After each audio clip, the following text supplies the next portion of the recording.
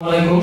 আমি Mohammad Rasel from nursing college diploma in nursing science and midwifery 2023-24 শিক্ষাবর্ষের একজন ছাত্র।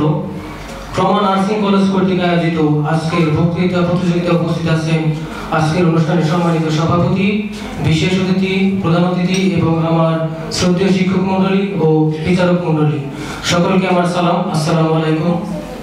আজকের আলোচনার বিষয় চিকিৎসা সেবায় নার্সদের অবদান।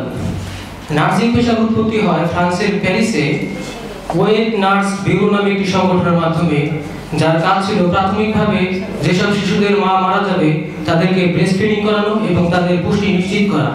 পরবর্তীকালে নার্সিং পেশার জনক ফ্লোরেন্স নাইটিঙ্গেলের হাত ধরে এই পেশাটি সারা বিশ্বব্যাপী প্রচার এবং প্রসার ঘটে। বাংলাদেশে যুগ যুগ ধরে নার্সিং কাজ অবদান রেখে চলেছে। অনেকে নিজেকে মানব সেবায় আত্মনিয়োগ করতে চান। নার্সিং হলো এমনই একটি পেশা যেখানে একজন মানুষ প্রত্যক্ষভাবে নিজেকে মানব সেবায় নিয়োজিত করতে পারে। বাংলাদেশের সকল অর্জন, যেমন শিশু মৃত্যু হার কমানো এবং মাতৃমৃত্যুর হার কমানো এবং সর্বশেষ করোনা মোকাবেলায় নার্সদের যে আত্মত্যাগ এবং নিবেদিত প্রাণ, দেশের প্রতি তাদের যে দায়িত্ব এবং কর্তব্য তারই প্রমাণ করে।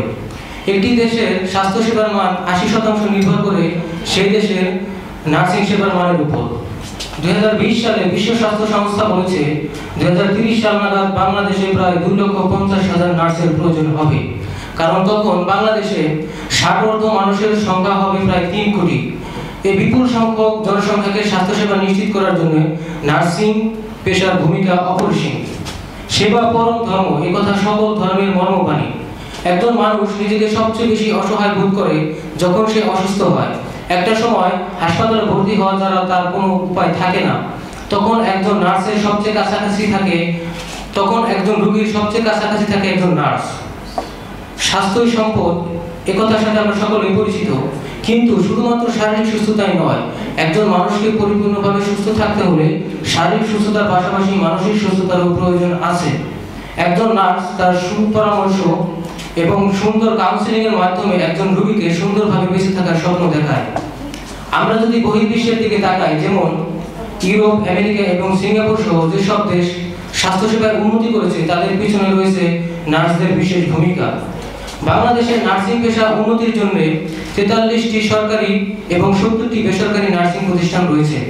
এছাড়াও প্রায় 95,000 নার্স বাংলাদেশ সহ বিশ্বের বিভিন্ন দেশে মানুষের স্বাস্থ্যসেবা নিশ্চিত করে আসছে। নার্সদের এই মহৎ পেশার জন্য তাদের প্রতি সম্মান প্রদর্শনের কারণে 12 মে বিশ্বব্যাপী নার্স দিবস পালিত হয়ে আসছে। আমি আমার বক্তব্য শেষ করতে যাচ্ছি একটা বিবৃতির মাধ্যমে। সম্প্রতি বাংলাদেশের chief adviser doctor Mohammad Yunus বলেছেন, কথায় কথায় বিশ্ববিদ্যালয় করে ফেলি আমরা, এর সাথে সাথে যদি একটা করে নার্সিং কলেজ প্রতিষ্ঠিত করা যায় তাহলে আমরা অনেক নার্স পেতে পারি। বিশ্বে নার্সদের চাহিদা কোনোদিনই ফুরাবে না। ধন্যবাদ সকলকে।